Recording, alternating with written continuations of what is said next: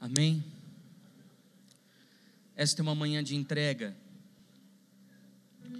Abra comigo Atos 27, a partir do versículo 7. Nós vamos ler alguns versículos desse capítulo. Eu gostaria que você permanecesse durante a ministração com esse texto aberto. Nós vamos meditar um pouco sobre essa passagem. Eu gostaria de mergulhar com você nessas águas do Espírito. Atos dos Apóstolos 27, a partir do versículo 7, diz assim: E como por muitos dias navegássemos vagarosamente, havendo chegado apenas defronte a Cnido, não nos permitindo o vento ir mais adiante, navegamos abaixo de Creta, junto a Salmone, e costeando-a dificilmente chegamos a um lugar chamado Bons Portos, perto do qual estava a cidade de Lazéia.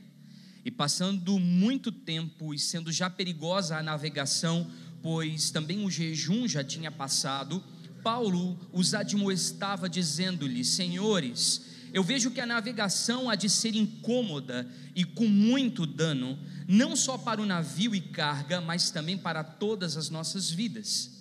Mas o centurião cria mais no piloto e no mestre do que no que dizia Paulo. E como aquele porto não era cômodo para invernar, os mais deles foram de parecer que se partisse dali para ver se podiam chegar a Fenícia, que é um porto de Creta, que olha para o lado do vento da África e do Coro, e invernavam ali. E soprando o sul brandamente, lhes pareceu terem já o que desejavam, e fazendo-se de vela, foram de muito perto costeando Creta. Mas não muito depois, deu nela um pé de vento chamado Euroaquilão, e sendo o navio arrebatado, e não podendo navegar contra o vento, dando de mão a tudo, nos deixando ir à toa, e correndo abaixo de uma pequena ilha chamada Clauda, apenas pudemos ganhar o batel. E levando este para cima, usaram de todos os meios, cingindo o navio, e temendo darem à costa de Sirte, amainadas as velas, assim foram à toa. E andando nós agitados por uma veemente tempestade, no dia seguinte aliviaram o navio. E ao terceiro dia, nós mesmos, com as nossas próprias mãos, lançamos ao mar a armação do navio. E não aparecendo havia já muitos dias, nem sol, nem estrelas, e caindo sobre nós uma não pequena tempestade, fugimos de toda a esperança de nos salvarmos.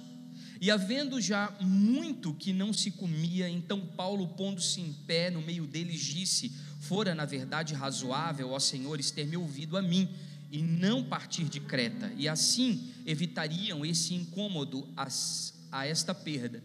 Mas agora vos admoesto a que tenhais bom ânimo, porque não se perderá a vida de nenhum de vós, mas somente o navio.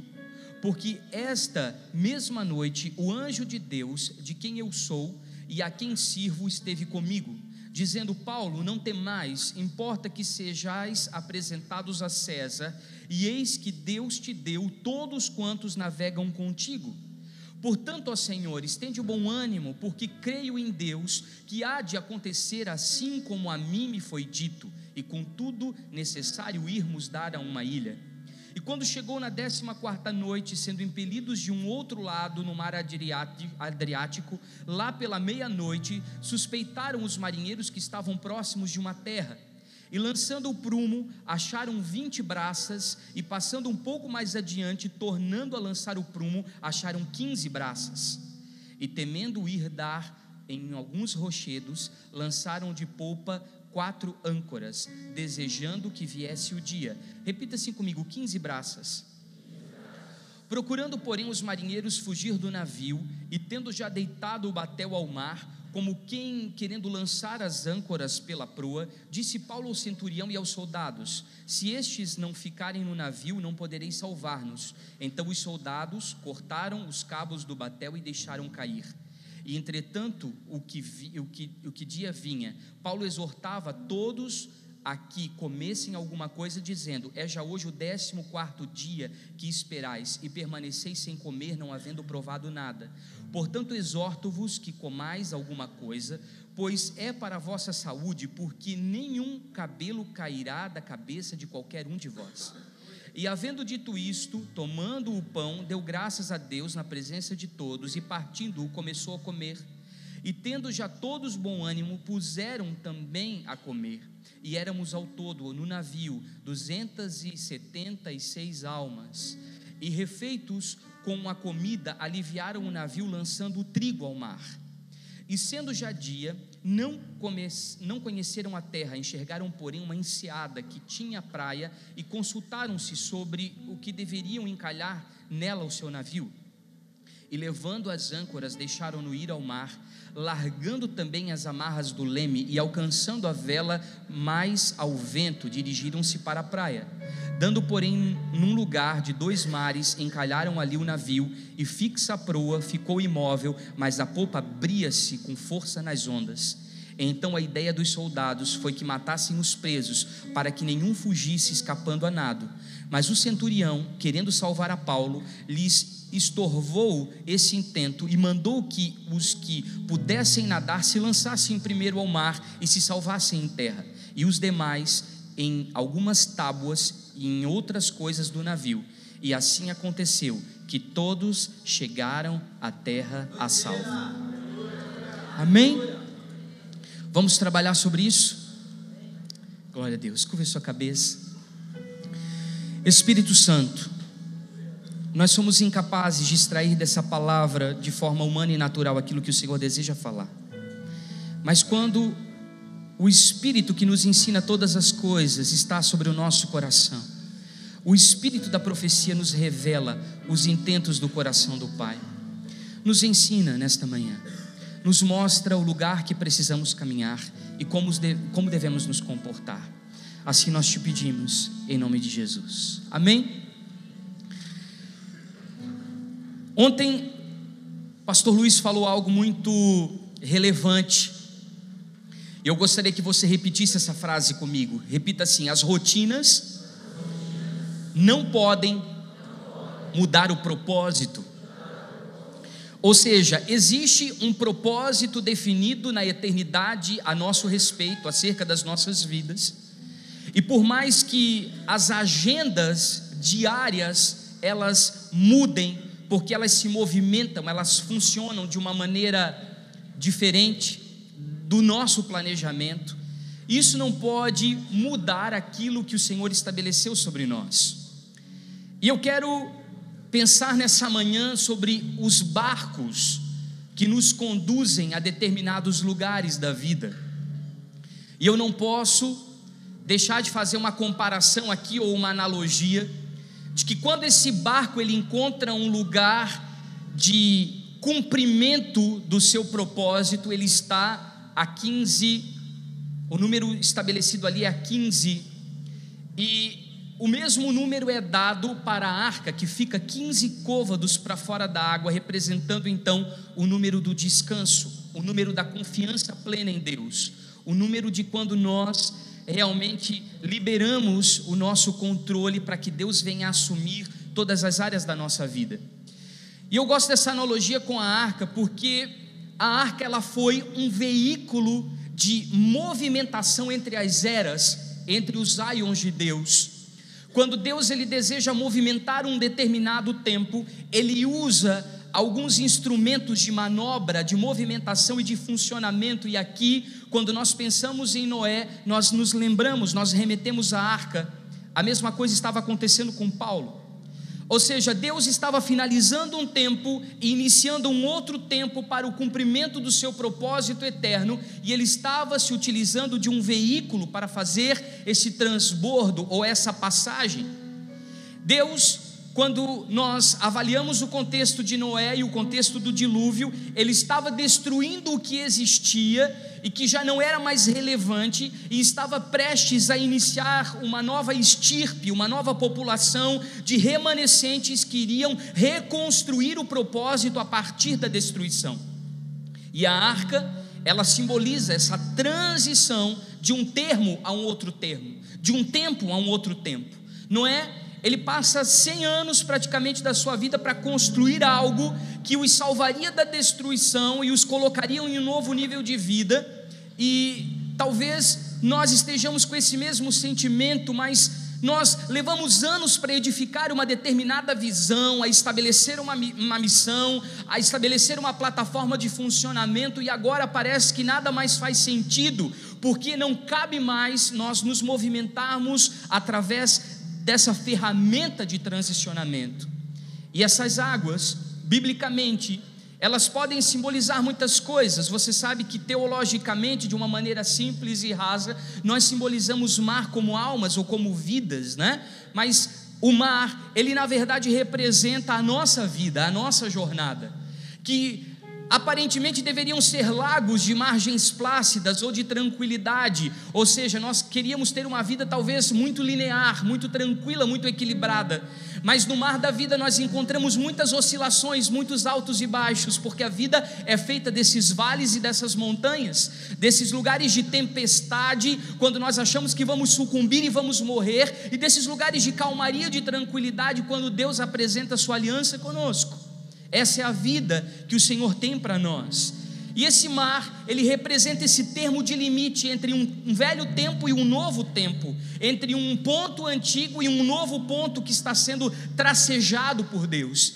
Esta semana nós falávamos sobre o contexto de Abraão, e quando ele recebe a ordem divina de sair da sua terra, da sua parentela, e ir rumo à terra que Deus mostraria, no original, no hebraico, está dizendo: Abraão, sai de ti mesmo para ti mesmo.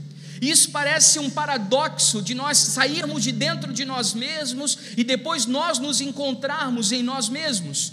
Isso significa que Abraão, ele precisava primeiramente sair de dentro dele para depois ter um deslocamento geográfico.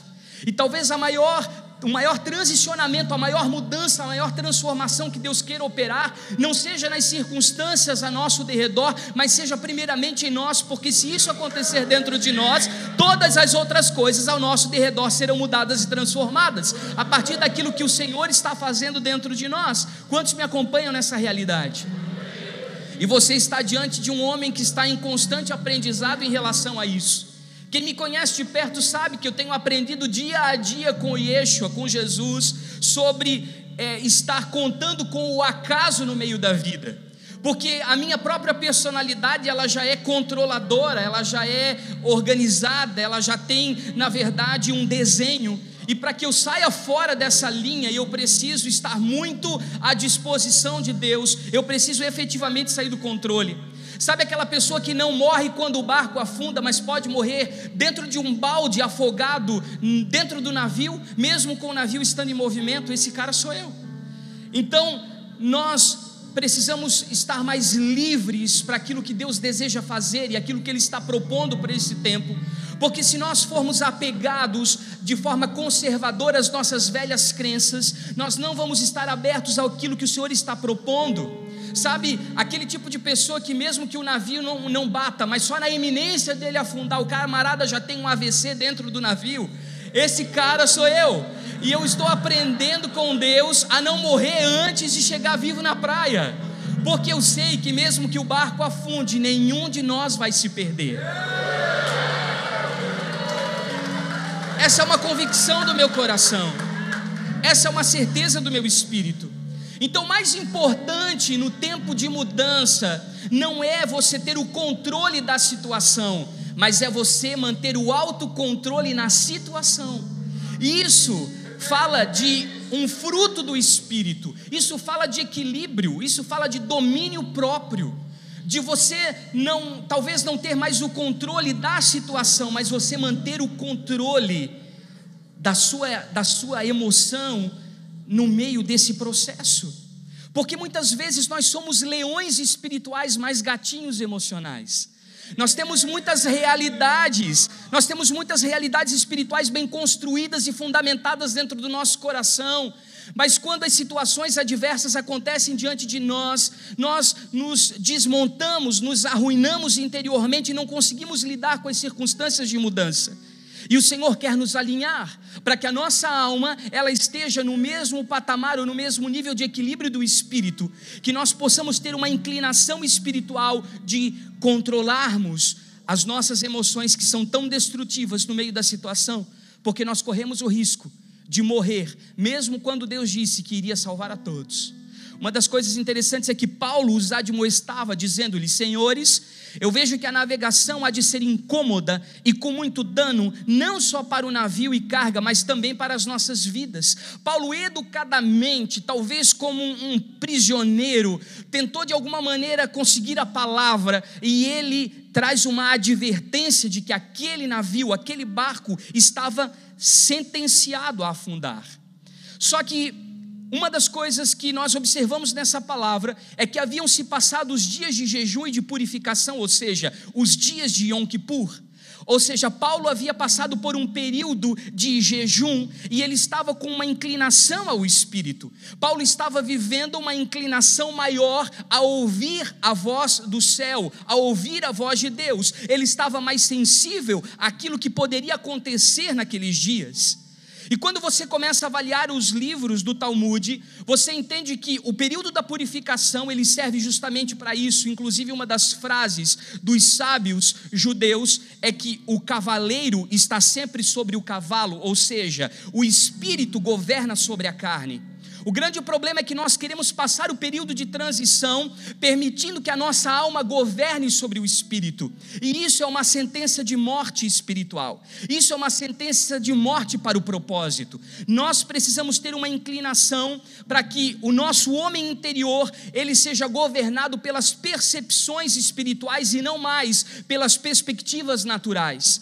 Nós estamos contabilizando muitas coisas palpáveis, materiais, naturais, terrenas e humanas, mas nós não estamos abrindo o nosso coração, não estamos inclinando o nosso coração a ouvir o Espírito. E aí, por isso, ele encontra equilíbrio num período de transição. Paulo, ele recebe uma revelação de que aquele navio iria afundar. Geralmente, quando nós nos levantamos com uma palavra profética e que ela, de certa forma, enxerga um final trágico, nós somos mal interpretados. Existem muitas histórias, e talvez até aqui no nosso meio nós não vamos fazer massagens na alma de pessoas feridas, mas nós sabemos que, como profetas, nós já aconselhamos determinados líderes em determinados lugares, mas por conta da obstinação do coração dessas pessoas que estavam no governo, por conta da teimosia de serem rixosos, eles fecharam o coração para o conselho de Deus. E você e eu acabamos sendo expulsos, acabamos sendo rejeitados, porque estávamos trazendo talvez uma palavra negativa para aquele ambiente, e que na verdade aquele líder ou aquele governo daquela situação esperava receber um conselho bom, um conselho com uma perspectiva positiva, e não foi assim. Mas, queridos, nós precisamos estar atentos aos recados do céu. Repita assim comigo: meu coração precisa estar aberto ao conselho do Espírito Santo. Porque muitas vezes esses oráculos proféticos que o nosso coração vai receber, eles não são muito confortáveis de serem compartilhados. Eles não são notícias muito boas, eles são notícias ruins e difíceis. Mas que nós não sejamos aqueles que vão rejeitar o recado do céu e ficarmos abraçados àquilo que está acontecendo circunstancialmente ao nosso derredor, mas nós venhamos ter um compromisso com a eternidade, venhamos ter um compromisso com o propósito e venhamos ter um compromisso com os recados de Deus. O que acontece é que nós ficamos emperrados nesse processo. Muitos de nós, por termos compartilhado uma palavra e termos sido rejeitados por ela, nós não aprendemos a perder. É engraçado que aqui o centurião, ele cria mais no piloto e no mestre do que naquilo que dizia Paulo. Ou seja, existem dois lados aqui. Talvez você seja o centurião que está crendo muito mais nas coisas que pode tocar, nas coisas que pode ver, na sua obstinação do coração, na sua cobiça, nos seus planos, projetos e propósitos, enquanto Deus está sinalizando uma outra porta, um projeto paralelo, algo que está se abrindo no reino do Espírito, e nós não estamos entendendo, ou não estamos compreendendo, ou não estamos tendo o discernimento adequado. Quantos me acompanham nisso? Às vezes nós acreditamos mais nas nossas expectativas do que nas perspectivas do reino de Deus, porque o reino de Deus tem perspectivas de movimentação e perspectivas futuras, e nós ainda estamos abraçados de forma saudosista à nossa cultura evangélica institucionalizada, e nós não queremos uma mudança, não queremos uma transformação, e isso pode nos levar ao afundamento. Paulo, ele aprende a ser humilde, mesmo quando ele não é ouvido. Então, se eu me considero humilde, eu preciso aprender a passar pelo processo da humilhação. Em uma situação como essa, eu preciso aprender a perder, porque o nosso compromisso é compartilharmos aquilo que Deus está falando e pararmos por aí. Aquilo que Deus vai fazer, aquilo que Deus vai mover, já não diz mais respeito a nós. O profeta é aquele que entrega exatamente o recado do céu e se compromete com ele, mas nós temos um determinado limite até onde nós podemos caminhar, mas nós não podemos deixar que esse orgulho ferido nos impeça de salvar a todas as outras pessoas. Paulo, ele tinha um compromisso com o propósito, ele tinha um compromisso em salvar a todos. Muitas vezes nós ficamos olhando só para as nossas dores, para as nossas lamúrias, para as nossas feridas, e nós não pensamos no todo. Quando Deus está nos levantando como um arauto, Deus está nos levantando como um porta-voz, como um embaixador, como um representante para salvar a muitos, e existe sobre nós a responsabilidade de nós definirmos de forma clara qual é o direcionamento a ser tomado, e por conta das nossas rejeições, por conta das nossas fragilidades emocionais, das feridas que nós carregamos, nós nos isolamos e paramos de falar. O problema é que nós queremos ter razão no momento em que o navio está afundando. Querido, vai chegar um momento em que ou nós vamos querer ter razão quando o navio está afundando, ou nós vamos escolher sobreviver a esse desastre e salvar todas as pessoas que estão conosco.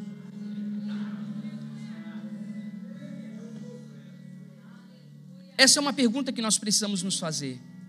Como nós nos posicionamos quando nós somos rejeitados? Existem aqueles que dirão: agora, eu avisei, né? Tomara que afunde todo mundo, tomara que dê tudo errado. Eu falei que essa bagaça aí, ela não iria para frente, ela ia afundar. Eu quero ver tudo isso ir por água abaixo, porque eu tinha razão e ninguém me ouviu. Isso é orgulho. Isso não é amor. O que te movimenta não pode ser o seu ego ferido. O que te movimenta precisa ser o amor pelas vidas que Deus entregou como responsabilidade nas suas mãos. Por mais que você tenha dito: eu falei que isso ia acontecer, eu já tinha pensado no vento. Vai chegar um momento que você vai precisar decidir calar e não dar mais vazão à carne, começar a dar vazão ao Espírito. Paulo estava vivendo essa inclinação, e então ele começa a sugerir novas possibilidades, mesmo não tendo sido ouvido da primeira vez, porque o compromisso dele está com o propósito, está com uma aliança com Deus, não está simplesmente com aquelas pessoas que estão o aprisionando. Então nós não podemos nos matar por conta das nossas áreas da vida mal resolvidas e matar as pessoas que estão conosco pelas situações que nós vivenciamos de ferida na vida. Deus, ele quer nos tornar resilientes. Repita comigo: resiliência. Por mais que você, por mais que eu, nós tenhamos passado por momentos de rejeição, momentos difíceis, momentos complicados, nós não podemos permitir que essas situações ao nosso derredor façam com que a essência que Deus implantou dentro de nós, para nós nos movimentarmos, se perca, porque é justamente isso que vai fazer toda a diferença no processo. Então, quando todos acharem que não podiam mais contar com você, porque você já foi humilhado, já foi rejeitado, já foi colocado de lado, você ressurge de forma madura, com novas ideias e novas propostas. Você ressurge com novas ideias e novas propostas de forma madura, porque o seu equilíbrio não está na alma, a sua decisão está no espírito. Você não vive de expectativa natural, você vive da perspectiva do reino. O seu ponto de vista está em níveis muito mais altos. O propósito precisa ser maior do que as nossas dores. O propósito precisa ser maior do que as nossas rejeições. Por favor, se você está num retiro como esse, você tem que entender que essas circunstâncias da vida não podem te adoecer e te impossibilitar de uma nova tentativa. Talvez você tenha chegado aqui e dito assim: olha, minha última tentativa, minha última cartada está nesse retiro. Não, Deus tem coisas muito maiores para que você vivencie. E se você cansou com essas pequenas coisas, imagine quando Deus te colocar diante do propósito e na plenitude daquilo que Deus tem. Repita assim comigo: nós precisamos de profetas que não somente apontem o erro, mas se comprometam com a mudança.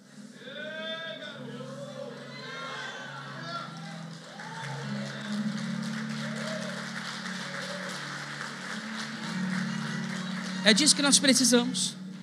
Paulo, ele não está pagando de bacana num barco no Caribe. Ele está com todos dentro do barco que vai afundar. E tem gente que é tão rixoso, tão orgulhoso, tão ruim, que ele diz assim: ó, que eu morra, mas eu levo todo mundo comigo.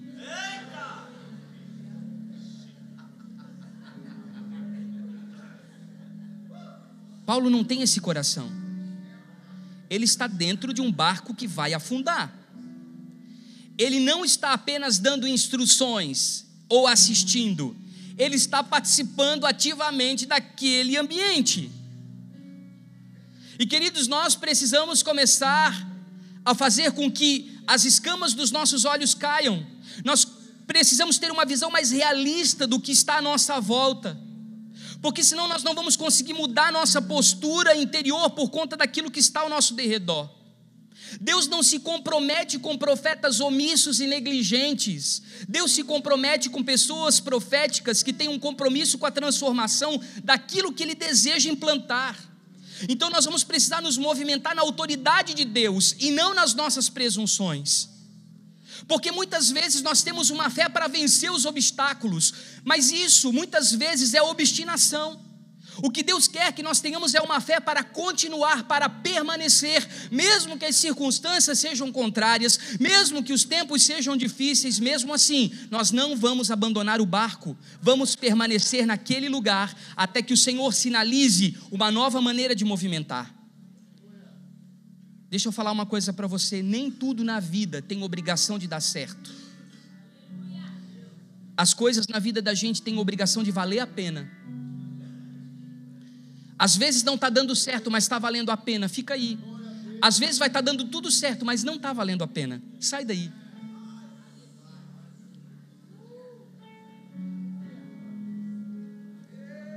Nós queremos,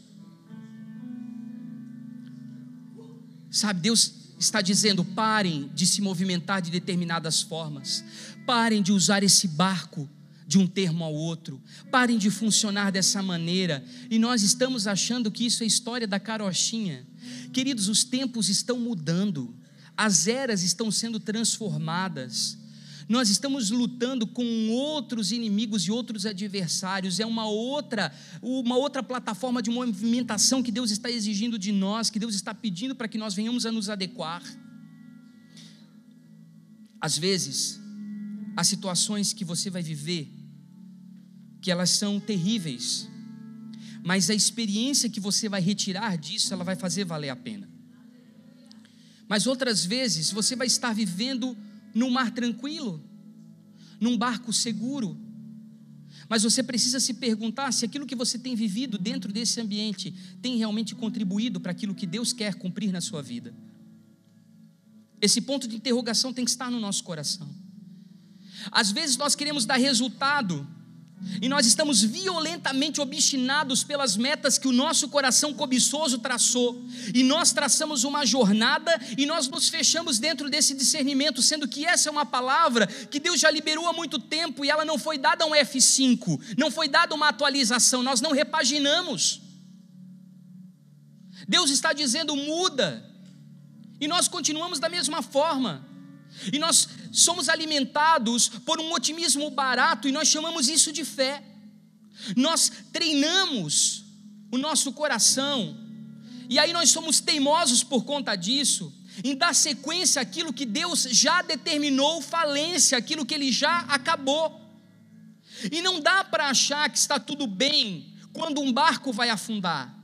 Às vezes a gente tem uma ideia muito otimista, muito positiva, quando nós deveríamos ter esperança de que ninguém vai morrer, mas saber que a realidade ela é completamente diferente daquilo que nós estamos desenhando diante dos nossos olhos.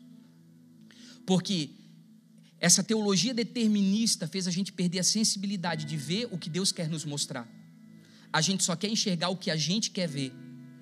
Deus, Ele opera milagres, mas Ele nunca arranca de nós a capacidade de enxergar a realidade dos fatos. O barco vai afundar, ninguém vai morrer, mas o barco vai afundar. Foi assim com o povo hebreu diante do Mar Vermelho. Eles chegaram diante do mar e o mar estava fechado, não havia um caminho a seco para passar. E de repente o Senhor abre o caminho para que todos eles possam passar em segurança ao outro lado, ao outro termo. Mas eles tiveram que enxergar o mar diante dos seus olhos e mesmo diante das impossibilidades, ver Deus agindo através do milagre. O problema é que nós fechamos os nossos olhos para as realidades. Eu particularmente tenho um problema com essa espiritualidade desconectada da realidade. Embora eu seja alguém que se move de forma profética e lide com valores espirituais que às vezes não podem ser tocados.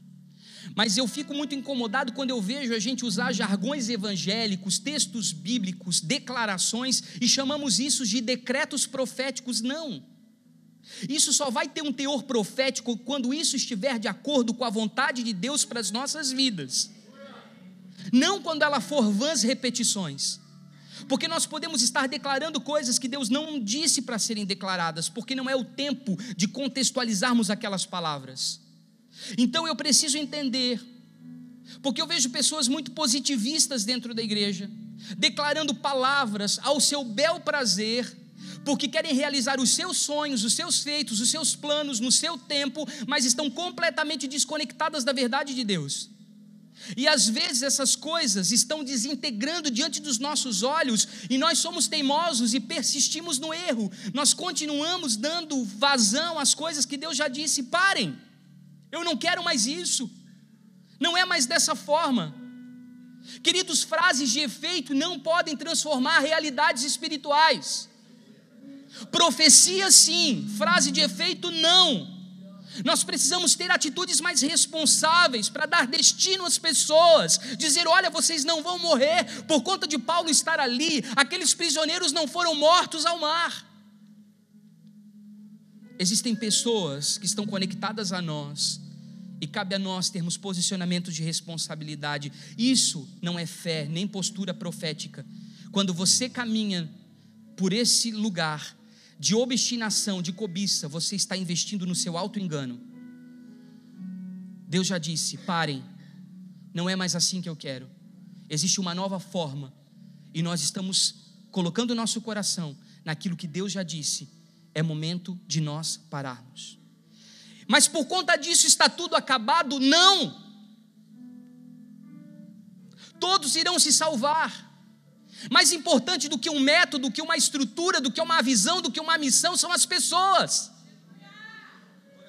Nós estamos dando muito mais valor a uma nomenclatura, uma instituição, uma logomarca, uma visão, uma missão, um funcionamento, do que aquilo que realmente vale a pena no reino. Do que adianta estar dentro de um barco se esse barco vai naufragar? Mas dentro dele você pode fazer muitas coisas. Ou você pode ter uma escolha de ter uma postura desastrosa, pessimista, ou você pode ter uma visão cega, uma visão enganosa, porque você está se auto-enganando. Ou você pode escolher, ao comando do Espírito Santo, trabalhar com algumas possibilidades. O que eu posso fazer no período da transição? O que eu posso fazer nesse período de movimentação? Eu preciso ter uma leitura do ambiente. Repita assim comigo: leitura do ambiente. O mar estava revolto, isso fala dos processos difíceis que nós estamos vivenciando. Os ventos estavam contrários, isso está falando sobre mudanças de rota, que às vezes nos pegam de solavanco, nos assustando, nos surpreendendo. O navio estava à deriva, ou seja, nós estamos num momento de dependência exclusiva de Deus, em que nós precisamos sair do controle, porque Deus nos tirou. Deus puxou o tapete de debaixo dos nossos pés, nos destabilizou para nós entendermos que o controle é dele e não nosso. O inverno estava chegando, ou seja, nós precisamos estar atentos ao tempo e ao modo. O inverno está chegando. E nós não estamos nos acordando de que exatamente quando Paulo para ali, ele está nas imediações de setembro e outubro, ele está no período de Yom Kippur, o dia da purificação, e logo o clima vai mudar. As circunstâncias adversas também faziam parte da vida de Paulo. Ele estava como prisioneiro e ele estaria diante de César, o homem mais poderoso do velho mundo. Aí você vê que a Bíblia diz que estava soprando um vento sul brandamente, e lhes pareceu terem o que eles já desejavam. Ou seja, quando nós vamos melhorando um pouquinho, nós vamos começando a ver um pouco de calmaria, um pouco de tranquilidade, nós já retornamos à nossa zona de conforto e voltamos a fazer as mesmas práticas antigas. Isso é muito perigoso. Porque quando nós achamos, não, agora o barco ia afundar, não vai. Não vai, porque o vento melhorou, o mar está calmo, nós encontramos um lugar seguro. Óbvio que nada disso vai acontecer, então para mim está bom e eu vou ficando por aqui. Agora Deus, ele começa a movimentar novamente aquele vento. Ele começa a movimentar novamente aquelas águas. Por quê? Porque o risco, ele nos tira do marasmo. Esse frio na barriga nos tira do conformismo, da comodidade. Eles chegaram a cingir o navio. Você sabe o que é cingir o navio? Eles passaram cordas e correntes em torno de todas as madeiras para que não houvesse rompimento, ou seja, para que o veículo de funcionamento não se perdesse. Muitas vezes nós estamos cingindo a visão, cingindo a missão, para não perder absolutamente nada dela, quando Deus já disse, vai afundar.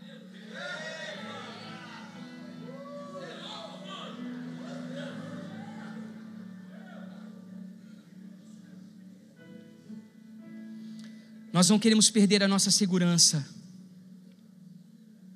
Nós estamos achando que o navio vai nos guardar. Não é uma logomarca que te guarda, não é uma instituição que te guarda, não é uma plataforma que te dá segurança. Não é um salário fixo todo mês. Não é ajuda de custo para o seu plano de saúde. Não é o conforto de ir e vir. São os riscos. É no lugar de dependência. Não é o seu conforto. Nós ainda queremos investir num veículo de movimentação que está afadado à destruição. E estamos cingindo o casco para não nos perdermos. Por conta do nosso saudosismo, dos nossos apegos às velhas práticas, por conta da formação que nós tivemos, que foi formatada e que nos construiu interiormente, por conta da nossa teologia que já está ultrapassada. Já não é mais medo de mudar, é teimosia e orgulho. É problema de caráter, já entrou no nível de pecado. Deus já sinalizou, não vai mais por aí, não é mais desse jeito, não funciona mais assim. Nós estamos entrando num lugar perigoso de desobediência. Porque nós não queremos nos adequar aos rigores de Deus. E aí eles tiveram que lançar ao mar a armação do navio. Nós começamos então a deixar as nossas prevenções de lado e nos lançamos no cuidado exclusivo de Deus. Agora tem uma coisa interessante. Você sabe exatamente onde eles estavam quando eles foram protegidos do vento? Eles estavam protegidos pela Grécia. A base, a plataforma de todo o espírito humanista, onde é o homem que governa. Creta, ela é a maior e mais populosa ilha da Grécia. E é engraçado que a palavra Grécia, ela vem da palavra grega krete, que quer dizer alta rocha ou rochedo seguro. se nós estamos dispostos a vir para um retiro e discutirmos onde está o nosso fundamento, onde está a nossa plataforma, onde nós estamos ancorados ou fixados, nós precisamos repensar os nossos fundamentos. Onde você amarrou o seu barco? Onde você ancorou o seu navio? Será que nós não estamos, de alguma maneira, sendo protegidos nessas imediações? A Bíblia diz que o navio havia chegado a sotavento da ilha. O que é o sotavento da ilha? O lado contrário àquele que sopra o vento, ou seja, na parte sul. Por isso estava protegido dos ventos fortes. Sabe o que acontece conosco? Nós estamos protegidos de trás do humanismo e somos muito bem de funcionamento nos dons, na retórica, na aparência, na imagem, mas nós sabemos que estamos em desobediência, que nós não estamos num lugar adequado, porque existe um objetivo, que é Roma. O navio tem um ponto final, ele precisa chegar nesse destino. E Lucas, ele descrevendo aqui em Atos 27, ele relata com exatidão: costeando Creta com dificuldade, chegamos a um lugar chamado Bons Portos. Os bons portos são inimigos da plenitude do propósito, porque eles são tão bons de serem ancorados, eles são tão aprazíveis, eles são tão deliciosos, eles são tão agradáveis, eles não têm risco nenhum, que para a gente está muito bom a gente ficar de braço cruzado ali esperando a vida acontecer. Nós estamos em bons portos, e você sabe que eles permaneceram ali por um tempo considerável, a Bíblia diz, entre setembro e outubro, e eles desejaram não navegar mais, porque era muito perigoso. Você olha para a plenitude do propósito e você tem medo, e você diz: é perigoso demais, é risco demais, eu vou abandonar a minha segurança, e o que vai ser da minha família, e o que vai ser da minha vida, e o que vai ser do ministério, e tudo aquilo que eu falei, tudo aquilo que eu construí, e por conta de todos esses vínculos com os bons portos da vida, nós nos negamos a entrar no mar que Deus espera. Deus está nos chamando para novos desafios. Deus está nos chamando para novos riscos. Sabe por que está tudo tão chato? Sabe por que está tudo tão sem graça?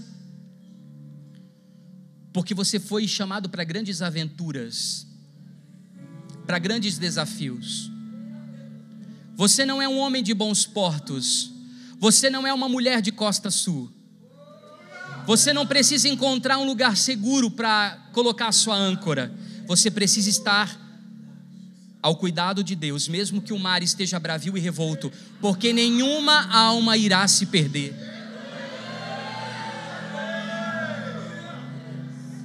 Repita assim comigo: rochas altas.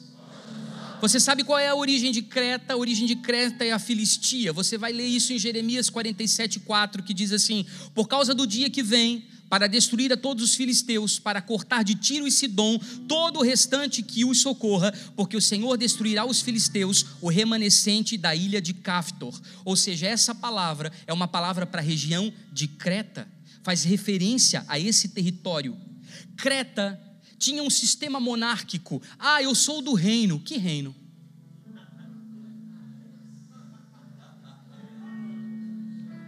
Eu vejo muitas pessoas discursarem sobre reino, falarem com veemência, de uma maneira contundente sobre o reino, mas é fake.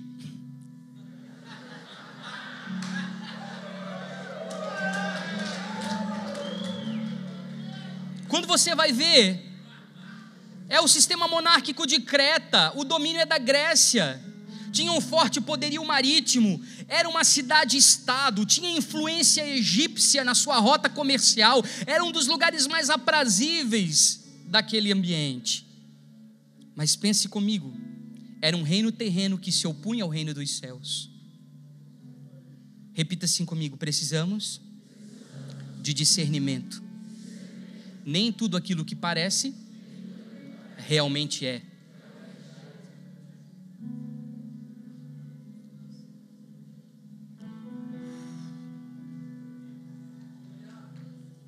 E a filosofia de Creta, existia ali a cultura minoica, ou seja, todos os reis eram chamados de reis minos, né? porque dizia que era um semideus que tinha sido a cruza de Zeus com Europa, uma deusa. E aí por isso que gera aquele monstro terrível, por conta de toda uma história, depois você vai ver isso, que é o Minotauro, metade homem e metade touro.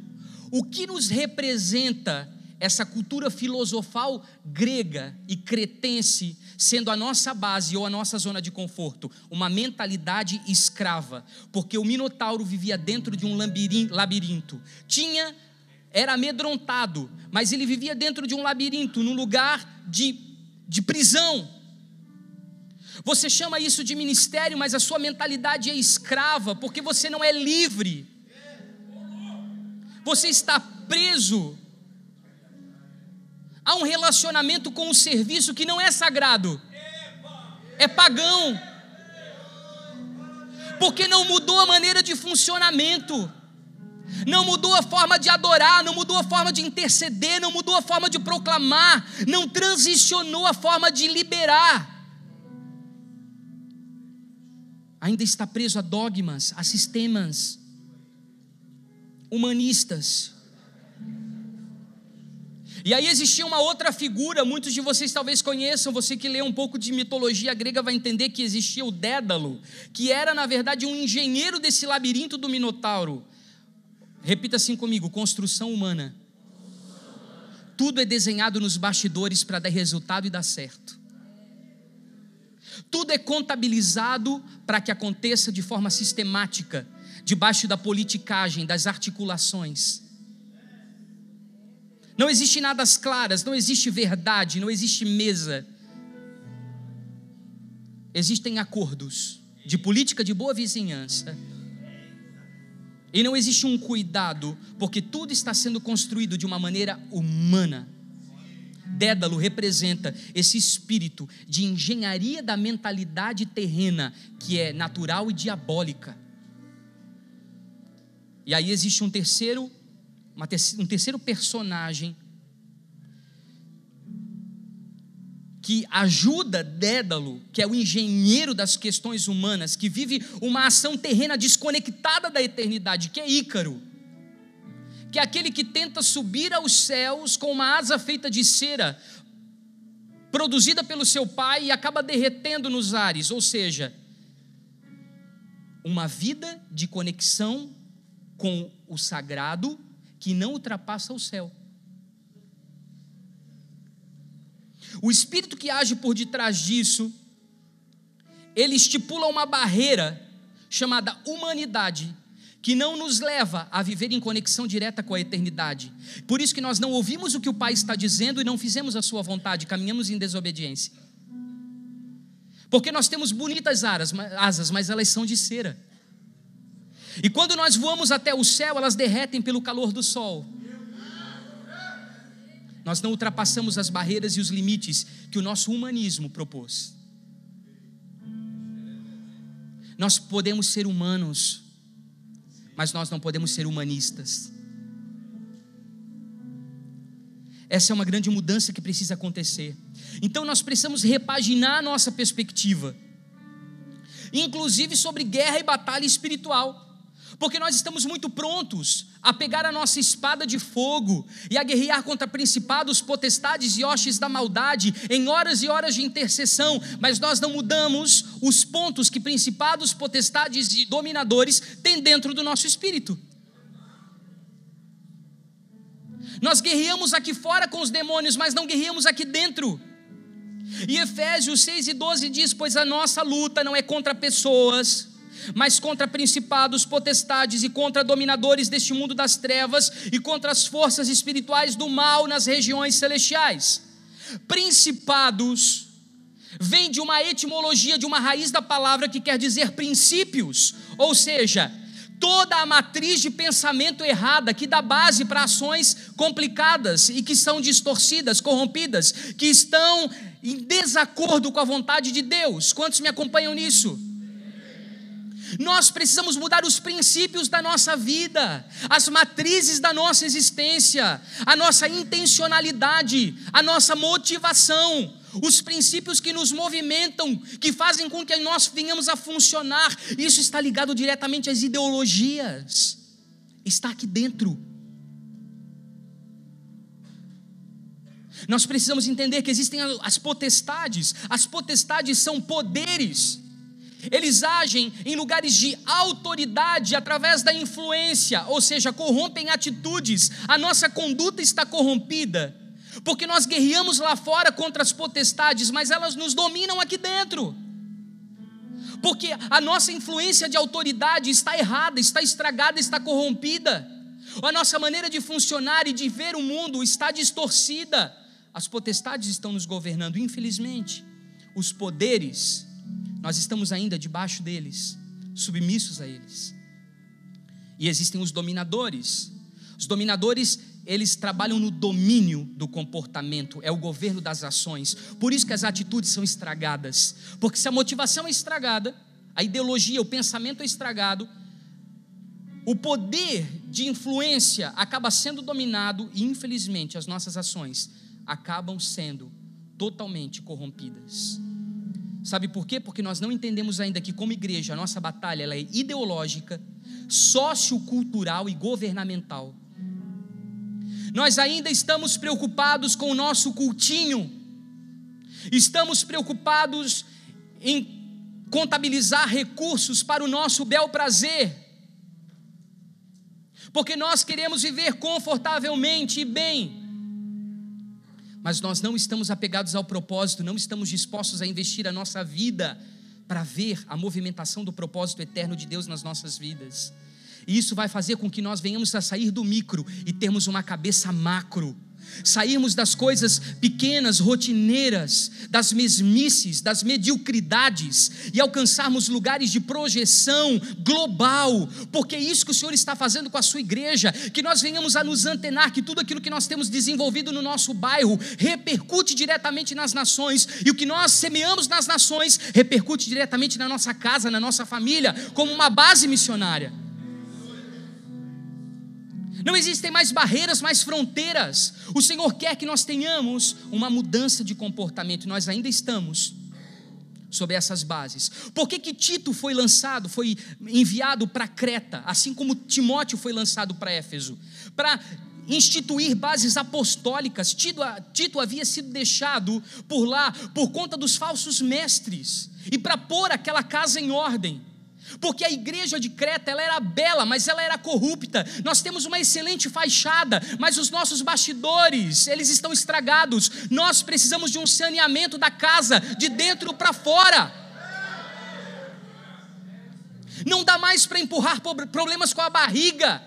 Nós precisamos sentar e resolver, e discutir, e quebrantar, e perdoar, e chorar, e resolver, e nos movimentar, e de uma maneira definitiva, pararmos de brincar e de fazer-vos vistas grossas para o que o Senhor está dizendo, e começarmos a entrar de cabeça naquilo que o Senhor está propondo. Os cretenses, eles tinham fama de mentirosos. Tito 1:12 vem dizer isso. As famílias de Creta, elas eram totalmente desestabilizadas. Os líderes daquele ambiente, eles eram gananciosos. Eles levavam as suas pregações para os fins comerciais, porque aquele era o espírito que estava sobre aquele lugar. Tito, ele teve que pôr em ordem a casa, a igreja e a sociedade de Creta. Essa é a nossa responsabilidade, colocar em ordem a nossa casa, colocar em ordem a igreja de Cristo e colocar em ordem, por consequência, a sociedade, que é a nossa responsabilidade. Tito ensinou que a graça que salva é a graça que educa, que reabilita. Ele estabeleceu um presbitério fiel, com testemunho, sobre aquela baderna toda. Tito, ele restaura 3 operações lá. Ele restaura presbitérios maduros, ou seja, homens e mulheres preparados no espírito para governar em nome de Deus. Ele restaura a sã doutrina, ou seja, ele não fica discutindo balela. Ele reconstrói os fundamentos, as estruturas básicas da igreja. E ele fala sobre graça. A liberação e o favor do céu para que tudo isso seja possível. Então nós estamos ainda desconectados da realidade. Pessoas desconectadas da realidade, elas não são espirituais, gente, elas são loucas. Para crer no milagre sobrenatural, eu preciso de uma realidade improvável diante de mim e encará-la de frente. Se trata de eu ter posturas de responsabilidade que vão definir o meu futuro. Se Deus tem um propósito para nós, eu preciso entender que Ele vai dar dentro de mim o plano certo para fazer a coisa. O plano de Deus está dentro de nós. Repita assim comigo: o propósito de Deus para a minha vida precisa ser construído e o plano já está dentro de mim. Nós somos chamados à origem, assim como Adão. Adão, onde tu estás? Você acha que Deus não sabia onde Adão estava, mas Adão precisava saber onde ele estava. Isso é lidar com a realidade, é saber onde nós estamos. Isso é ser chamado. Quando você entra em Deus, você recupera a sua vocação, porque tudo começa a fazer sentido. E aí Deus te dá um propósito que precisa ser construído através do quê? Do plano que Ele colocou dentro de você. Então a eternidade prepara o propósito, e a vida vai te dar o desafio, mas o plano Deus colocou no seu coração. E esse plano vai ser construído a partir das suas posturas. Não dá mais para andar em círculos. Repita assim comigo: comer e jogar o trigo no mar. Eles tiveram que comer. Paulo disse: olha, vocês têm alimento para hoje, comam. Comam. Paulo, e amanhã? Pode ser que nós vamos estar todos mortos. O Senhor disse que ninguém se perderia. Mas coma. Por quê? Porque a palavra de ontem foi para ontem. A palavra de hoje é para hoje. Para amanhã, Deus tem uma nova misericórdia que se renova a cada dia.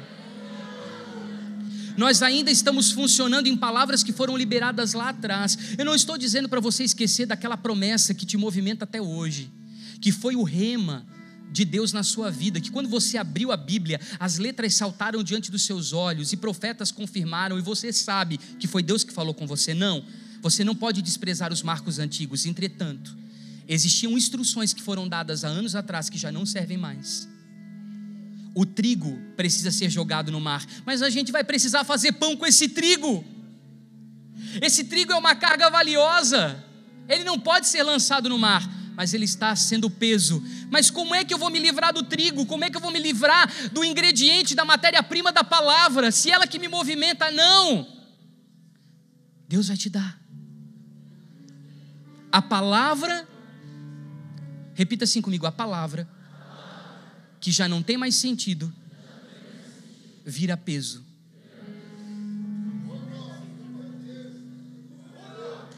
Você se obriga a carregar uma coisa que Deus já tirou dos seus ombros. Você se obriga a continuar funcionando de um jeito que Deus já disse não é mais assim. Por conta de que eu tenho sacas de trigo aqui. Repita assim comigo: existem palavras que não mudam.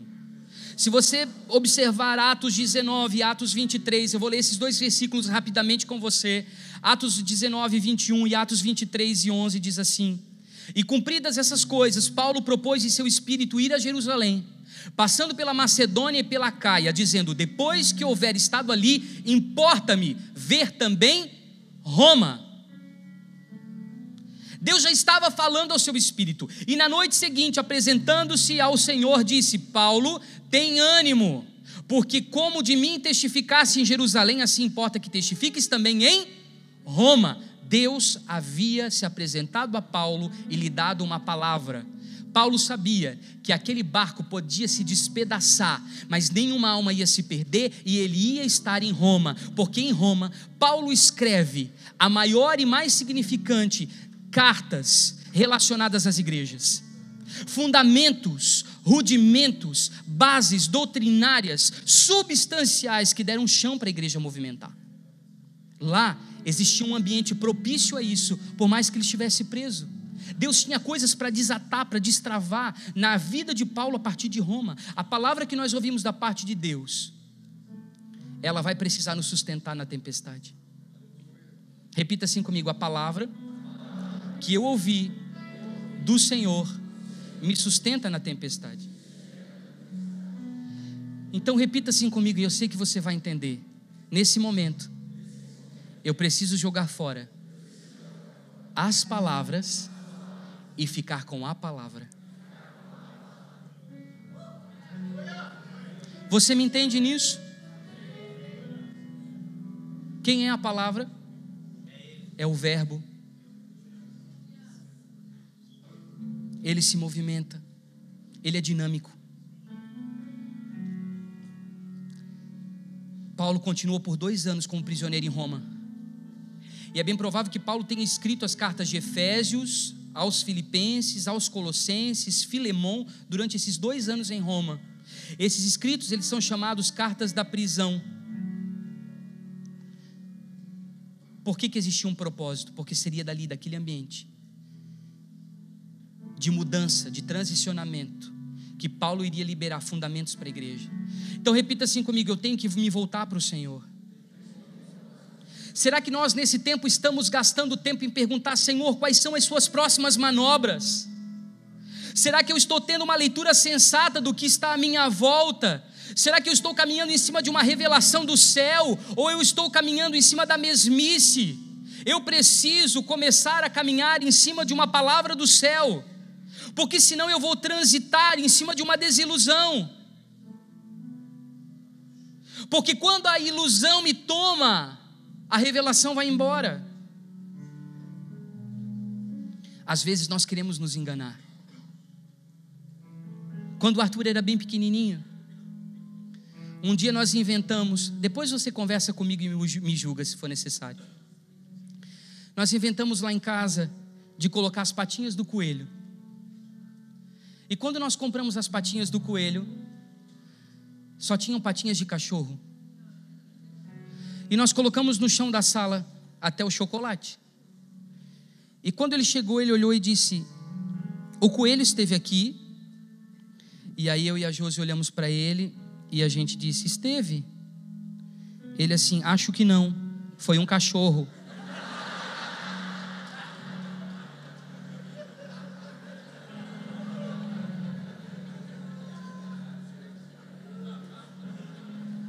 E aí eu olhei para a Josi olhou para mim e disse: nós vamos ter que ter aquela conversa. Filho, Páscoa é peça. E o povo hebreu saiu do Egito e o Senhor propôs a Páscoa e fizemos todo o link com a mesa e comunhão e falamos do sangue que nos purifica. Explicamos tudo e ele atentamente olhando para nós. Quando nós já estávamos no final da explicação teológica, ele começou a chorar. E ele disse: então o coelho não existe? E aí a gente disse: não, filho, o coelho não existe. Só o que falta vocês dizerem que o Papai Noel também não.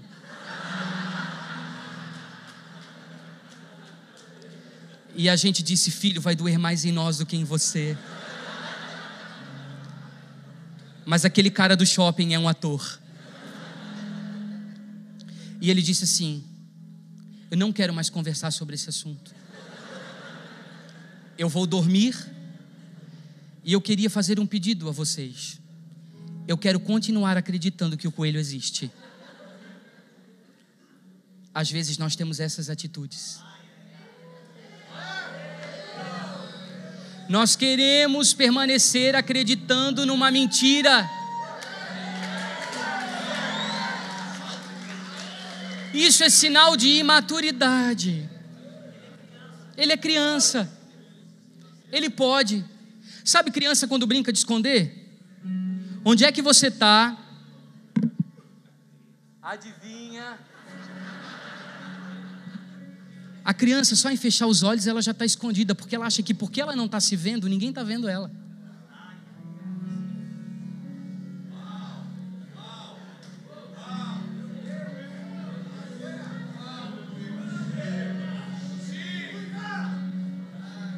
Nós, às vezes, queremos nos enganar.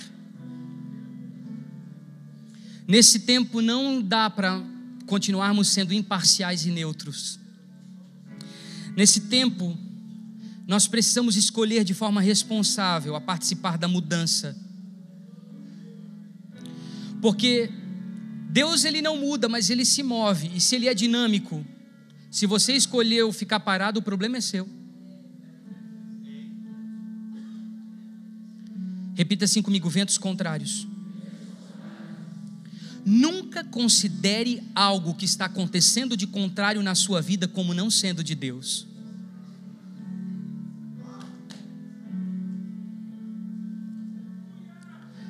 Talvez você diga: ah não, agora nesse momento tão terrível, eu não posso abandonar o barco. Ele vai afundar. E vai ter um momento que você vai ter que se jogar na água.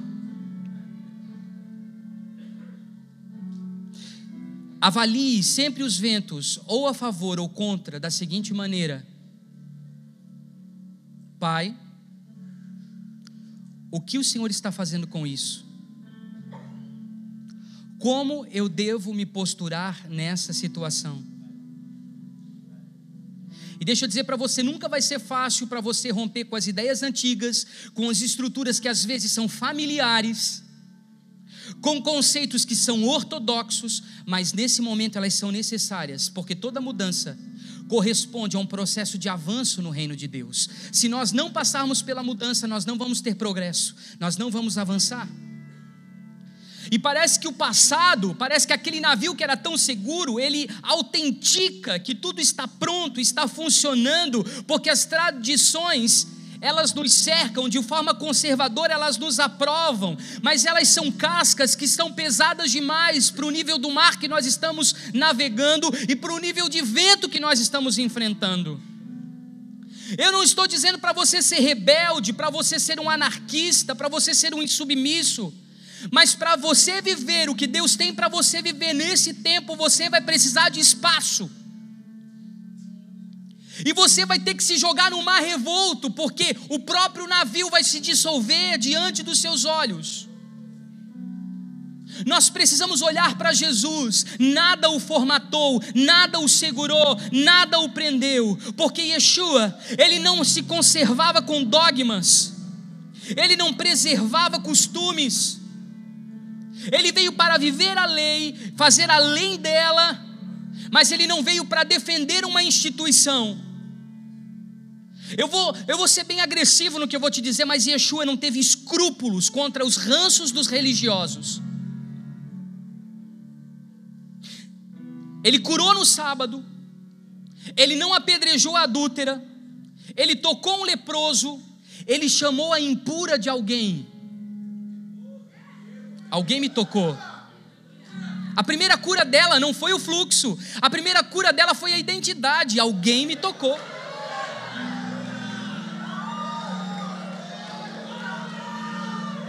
Ele não estava preocupado com os navios, ele não estava preocupado com os barcos, ele estava preocupado em salvar a todos. Ações que nós repetimos, elas não são necessariamente saudáveis. E deixa eu lhe dizer uma coisa: se você passou 30 anos fazendo a mesma coisa, repense a sua vida, porque uma ideia que não merece ser questionada, ela não pode ser seguida. Porque quanto mais você questiona e mais base você encontra, mais certeza e convicção de propósito você tem. É sempre importante, querido, você colocar no final de cada entendimento um será. Até a nossa teologia, ela precisa passar por um processo de comprovação. Sair do abstrato, entende? Uma ideia que não merece ser questionada, ela não pode ser seguida.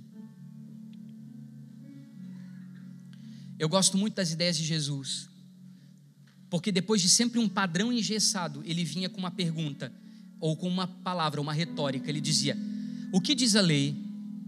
E aí eles respondiam, e ele diz: eu, porém, vos digo. Ele tinha uma vírgula. Então, querido, repita assim comigo: o reino não é um lugar, é um modo de organizar a vida interior a partir de Deus e daquilo que Ele está comunicando.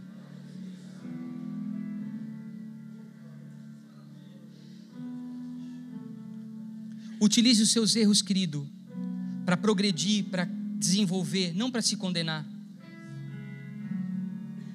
Os fariseus vão te dizer, embora eles sejam zelosos, prudentes, mas nem sempre foi assim. E aí Jesus vai dizer, mas eu porém vos digo.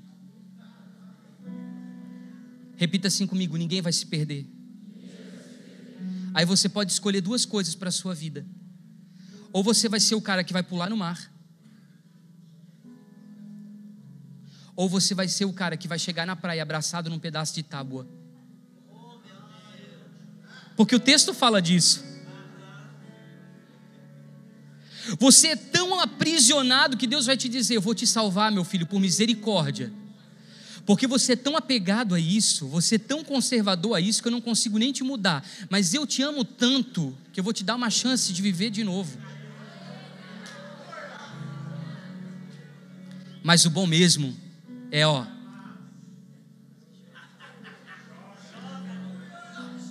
se joga.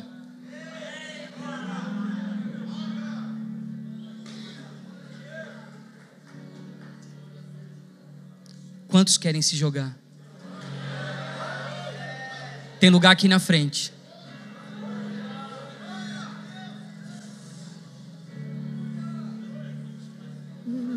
Deixa o barco se afundar.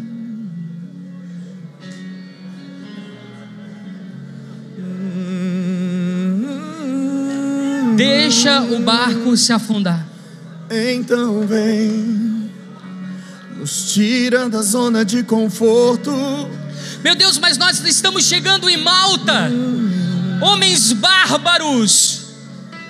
Mas foram os homens bárbaros que receberam Paulo e a todos os prisioneiros e os trataram com toda a excelência.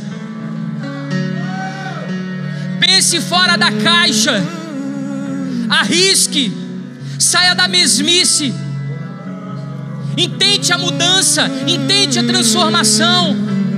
Não se prenda nos padrões convencionais. Deus está te chamando para novos níveis, novos termos. Você está em pleno transicionamento. Então vem. Mas Senhor, eu amo tanto a placa, eu amo tanto o estatuto, eu amo tanto a visão. É um barco quebrado, não funciona mais. Qual é o seu porto seguro? Qual é o seu porto seguro?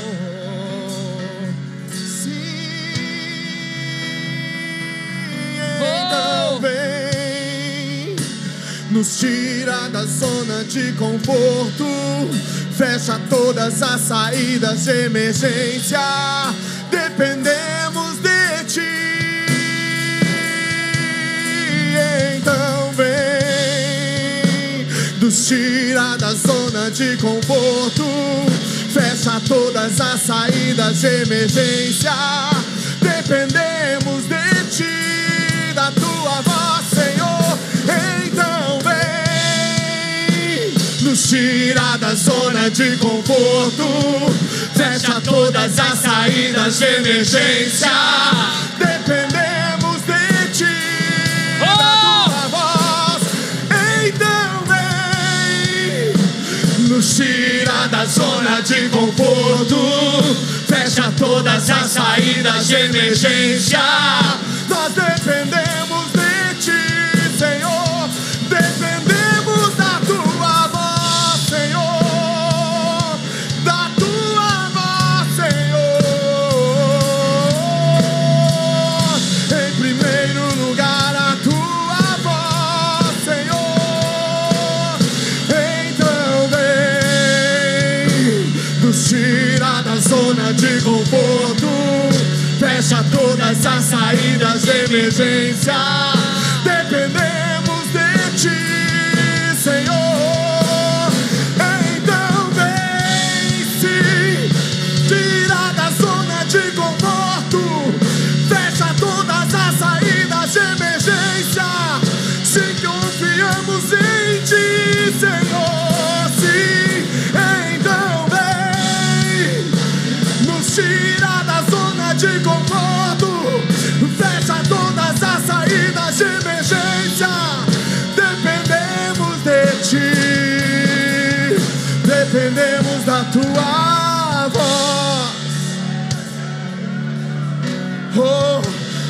primeiro lugar a tua voz. Oh, em primeiro lugar a tua voz. Oh, em primeiro lugar a tua voz. Em primeiro lugar a tua voz. Em primeiro lugar a tua voz. Em primeiro lugar a tua voz. Em primeiro lugar a tua voz, Senhor. Então vem nos tirar da zona de conforto, fecha todas as saídas de emergência.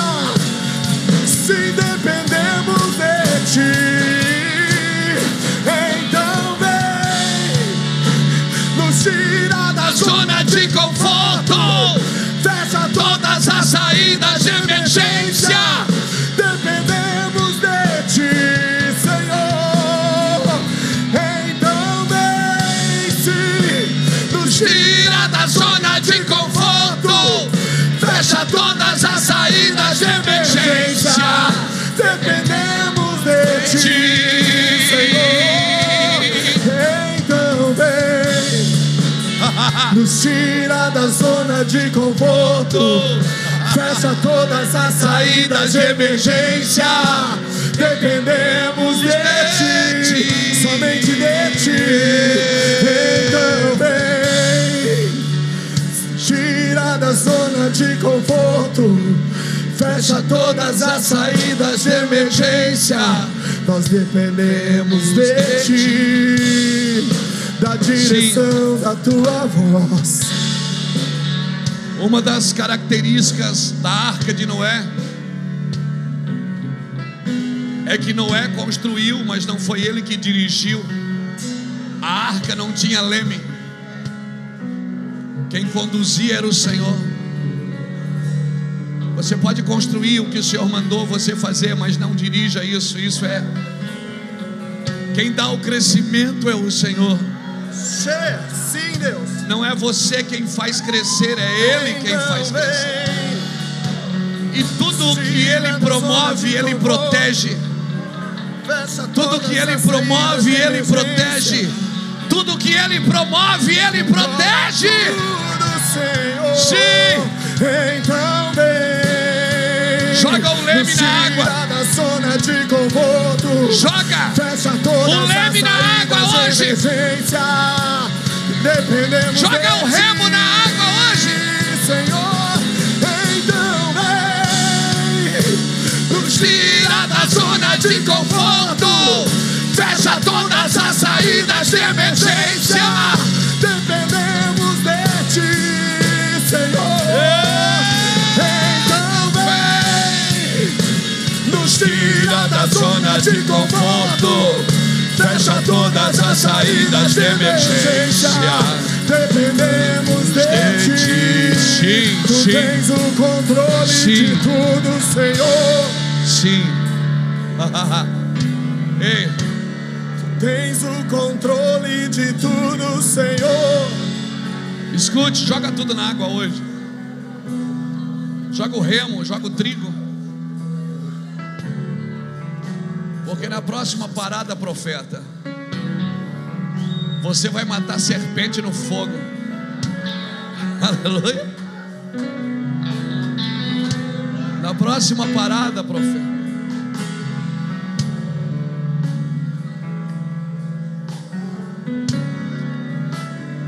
você vai matar serpente no fogo. Senhor, nós declaramos a volta do teu governo sobre a igreja brasileira. Nós declaramos a volta do senhorio de Yeshua sobre o governo da igreja brasileira. Nós declaramos a volta do governo de Yeshua sobre a igreja brasileira. Declaramos para a tua glória. Sim, para a tua glória. Está em tuas mãos. O controle está nas tuas mãos. O controle O governo está nas tuas mãos. O governo está em tuas mãos, o controle está em tuas mãos, Senhor. Ah, Deus, sim. Alguém disse esses dias: pastor, Jesus orava de madrugada e trabalhava de dia. Quando ele dormia, Jesus dormia na tempestade.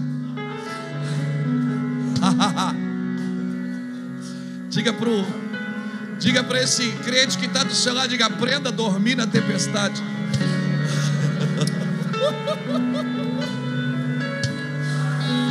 Aprenda a dormir na tempestade.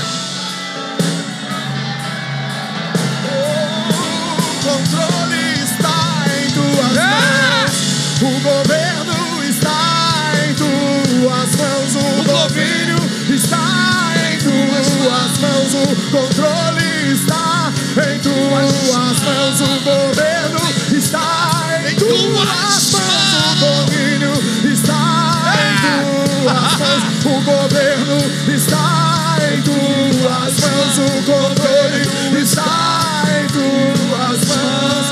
Se tu és o Senhor,